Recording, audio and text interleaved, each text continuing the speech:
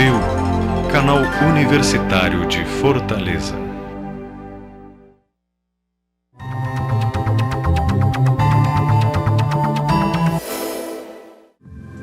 O diferencial do curso de jornalismo da FGF é a qualidade e a disponibilidade de acesso. Qualidade porque temos professores capacitados que interagem com os alunos.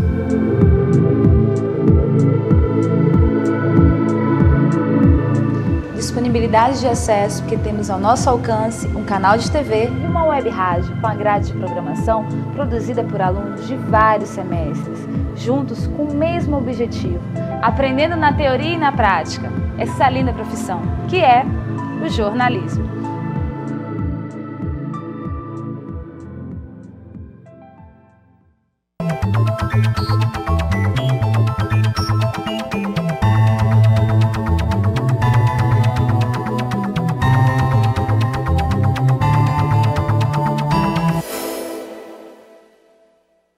Olá! No programa Destaque desta semana, entrevistaremos José Xavier Filho, que falará sobre sua vida, carreira e o seu Instituto José Xavier. Ele é graduado em Engenharia Agronômica, foi professor de Bioquímica de Plantas da Universidade Federal do Ceará e da Universidade Estadual do Norte Fluminense, no Rio de Janeiro. Atualmente, ele é presidente do Instituto José Xavier. Olá, professor, bem-vindo ao nosso programa. Professor, a gente vai falar hoje, o tema do nosso programa vai ser sobre a preservação, a importância da preservação do patrimônio cultural e histórico cearense. Mas antes da gente falar da importância da preservação desse patrimônio, vamos conhecer um pouquinho o senhor. O senhor nasceu em Granja ou é daqui de Fortaleza mesmo? Eu sou de Granja. Nasci em Granja e vim para Fortaleza com 11 anos. E desde então eu voltei somente esporadicamente para a Granja. Estudei aqui, ginásio científico, fiz vestibular, escola de agronomia, depois entrei na universidade. Por que você escolheu agronomia? Eu tinha uma fixação assim, grande por química e bioquímica. E naquela época não existiam essas disciplinas aqui na universidade para se fazer uma graduação. O único lugar que se podia estudar química ou bioquímica era na escola de agronomia. Então isso me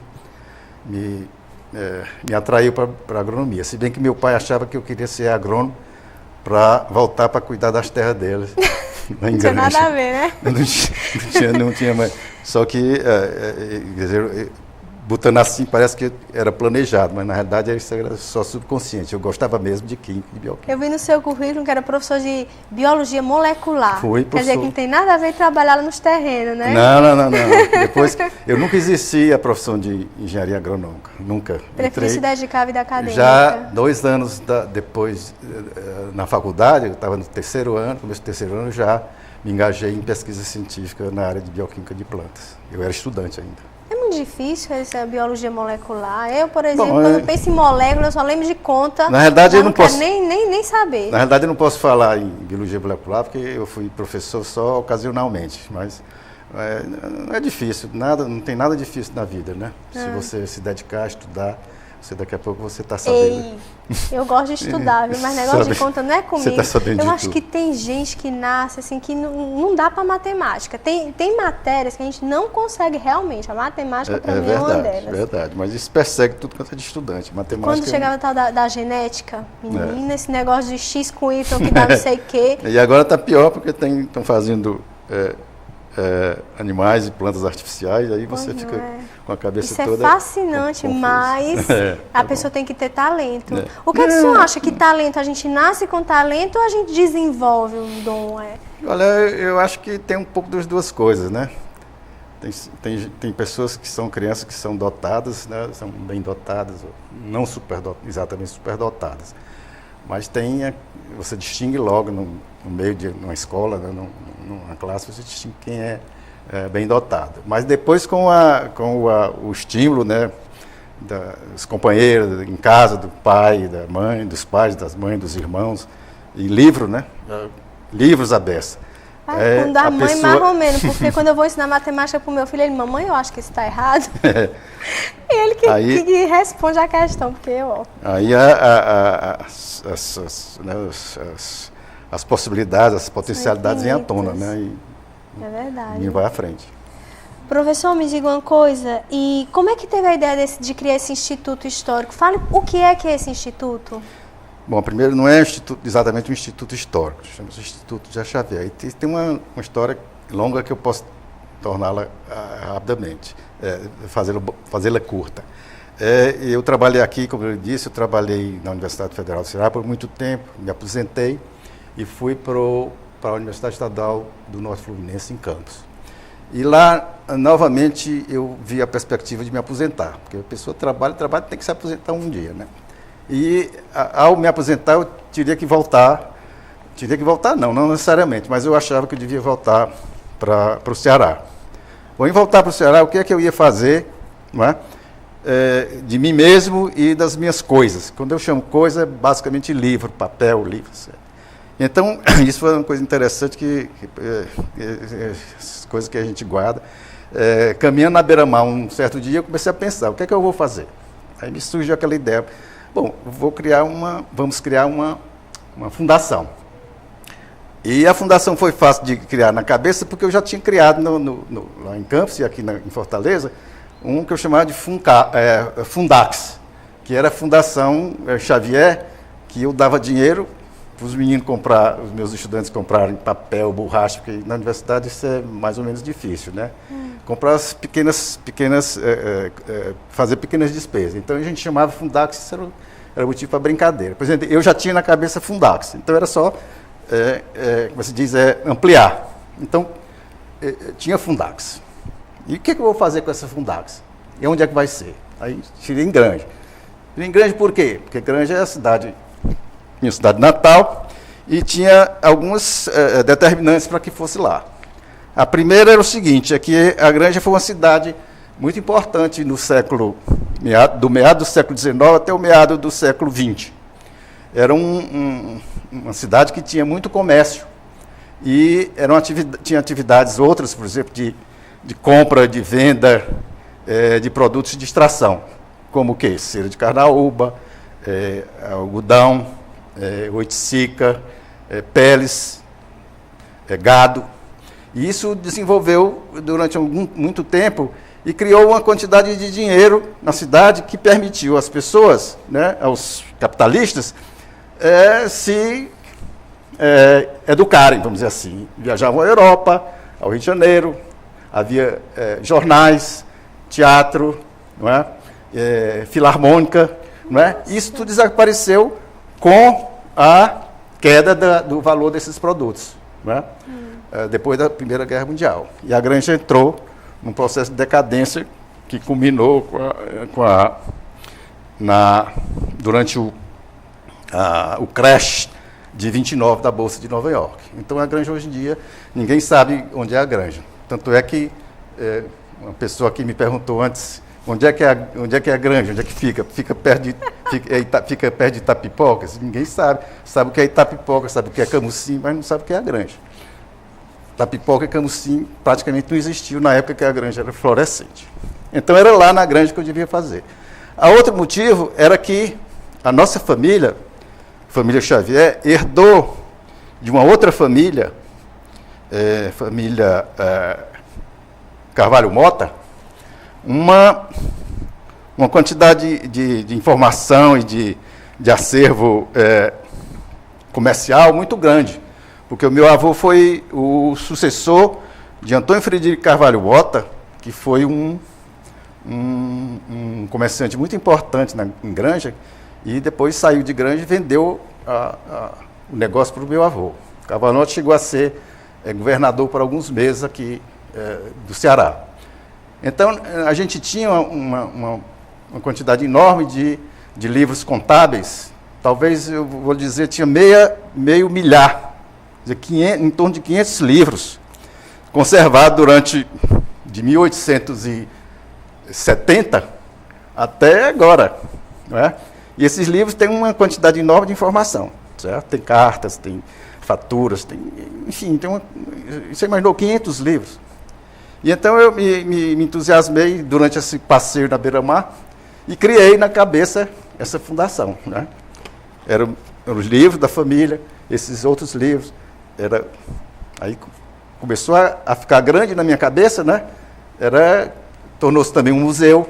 Tudo isso na minha cabeça em um espaço de 20 minutos. Nossa. Ao fim do passeio, eu tinha criado a fundação. No dia seguinte, logo depois, eu consegui convencer meus filhos, não é? Minhas filhas, o meu filho mora em São Paulo, mas também participou, que nós deveríamos criar essa instituição. E convenci também meus irmãos. Nós éramos 7, somos 6, quer dizer, eu tive que convencer os 5 irmãos. E onde é que vai ser o Instituto fisicamente? Em Granja, está certo. Mas era no prédio em que funcionou o armazém do meu avô e dessa pessoa, Carvalho Mota. Vamos fazer um instituto? Vamos. Como é que aí começam as dificuldades, né?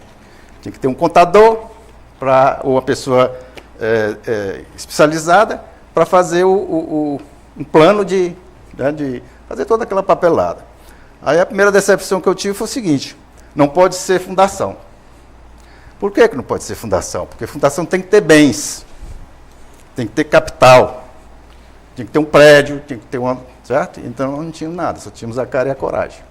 Então, por isso é que se transformou numa fundação, se transformou num instituto. O instituto podia fazer isso. Aí criamos o instituto, que foi inaugurado em março de 2004. Nós estamos com 3 anos. E de lá para cá tem se desenvolvido.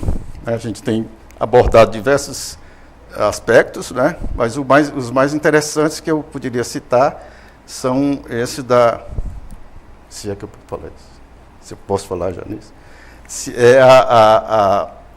o estabelecimento de uma biblioteca, né? Que está com em torno de 5.000 livros, 5.000 volumes, que a gente empresta os livros para a comunidade, né? Custo zero. A única coisa que faz é ter que pagar uma pequena taxa para se inscrever na biblioteca. E a gente estimula a juventude, por exemplo, a gente dá bolsas para rapazinhos de 15 a 17 anos para terem treinamento, por exemplo, em cerâmica, em marcenaria, em funilaria, não é? Passa um ano aprendendo essas coisas e para se profissionalizarem.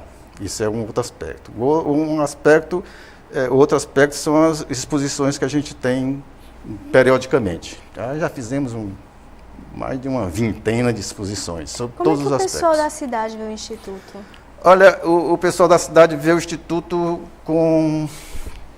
eu poderia dizer, com uma certa curiosidade, mas ao mesmo tempo com um certo distanciamento, digamos assim. Veja você, a gente tem, o Instituto funciona como financiamento, seria, vamos dizer, a base de sócios. Nós temos em torno de 50 sócios pagantes. Você sabe quantos sócios tem na cidade de Granja, que residem na cidade de Granja e pagam o Instituto R$100 por ano?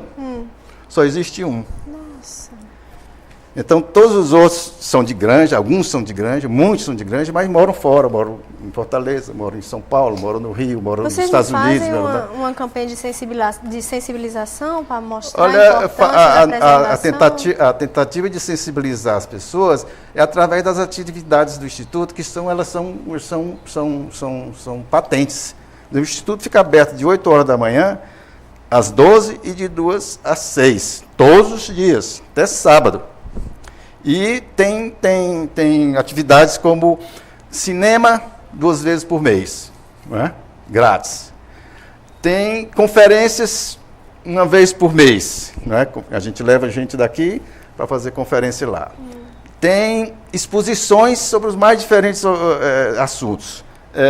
Vamos dizer assim, se eu me lembrar, religiosidade na Granja, exposição de fotografias sobre aspectos da cidade, exposição sobre o cajueiro, exposição sobre a carnalbeira, exposição de pintores da cidade, ou então de um determinado pintor. E nós já tivemos mais de 20 exposições. Quando não tem essas conferências, a pessoa que quer ir conhecer o Instituto, o que é que encontra lá dentro? Encontra a primeira coisa que eu acho que se depara e tem uma certa surpresa, duas primeiras coisas, é uma exposição, né? Tem uma estante bem grande do lado esquerdo, de madeira, toda a parede, cheia de peças, vamos dizer assim, do nosso acervo museológico. Peças de cerâmica, peças de máquinas antigas, enfim, objetos de uso no tempo da colônia. Tem uma quantidade absolutamente já grande de objetos. Além do mais, tem logo as estantes dos livros que agridem as pessoas, porque tem... Eu falei que Granja tinha sido... Não diga agredir, porque livros nunca agridem ninguém. Não, pois é. Nossa, não, eu digo o seguinte, é porque Granja Granja teve, né? Então, agora, o que está acontecendo é uma recuperação, não é a tentativa está sendo feita, mas está acontecendo uma recuperação do que era. Então, os livros são as coisas mais evidentes, porque o livro a pessoa, né, é onde Xavier, bebe. A importância dessa preservação que você está fazendo? Olha, a importância é muito grande, porque a primeira coisa assim, que me vem à cabeça é porque resgata uma história que pouca gente conhece.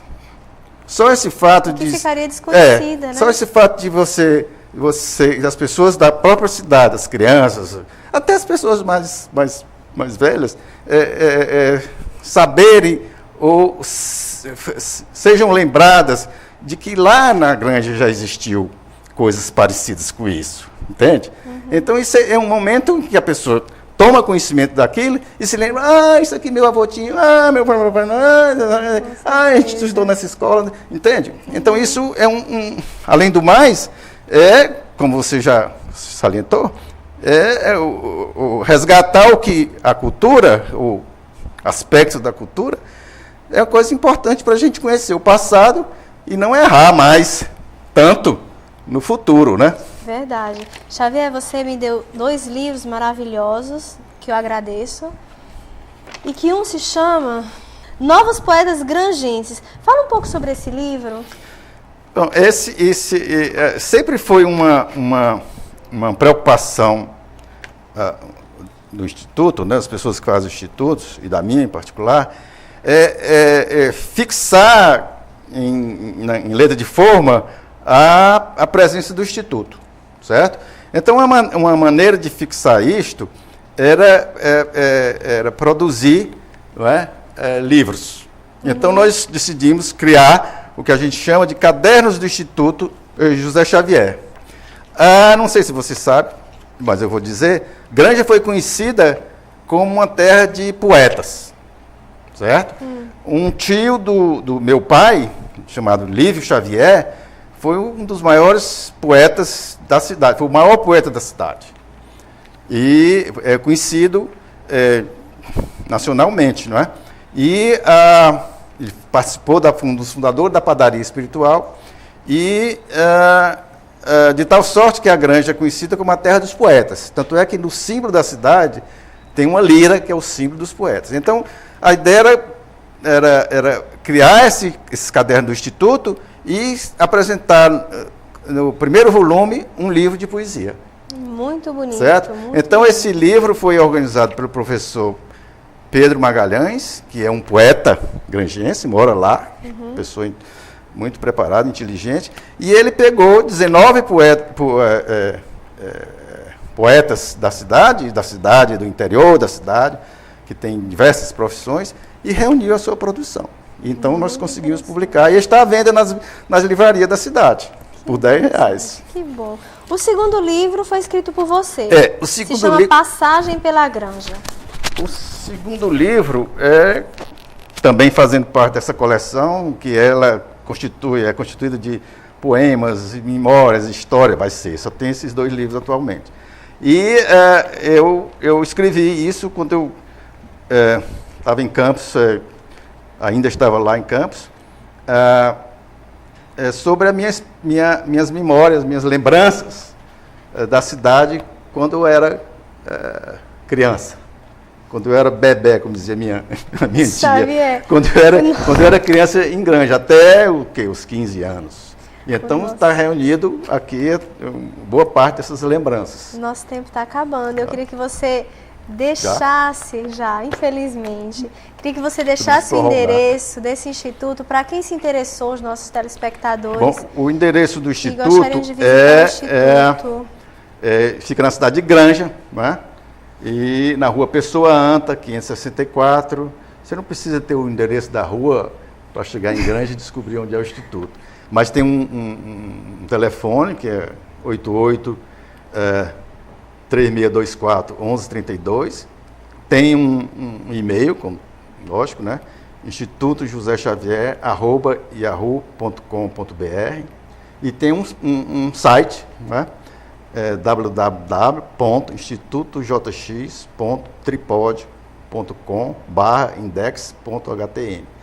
Então, se vocês entrarem nesse site, vocês vão saber mais detalhes, talvez, do que eu falei aqui. Xavier, muito obrigado pela sua participação. Obrigado você, porque eu vendo o nosso instituto. O programa de destaque dessa semana foi com José Xavier Filho. Ele nos falou sobre a sua vida, carreira e o seu instituto José Xavier, que a gente precisa dar uma olhada, né? Eu vou aparecer por lá, tá? Tá, sim. O José Xavier, ele é graduado em Engenharia Agronômica, foi professor de Bioquímica de Plantas da UFC pela Universidade e da Universidade Estadual do Norte Fluminense, no Rio de Janeiro. Você continue aqui na nossa FGF TV, nós voltamos na próxima semana com mais um Convidado em Destaque.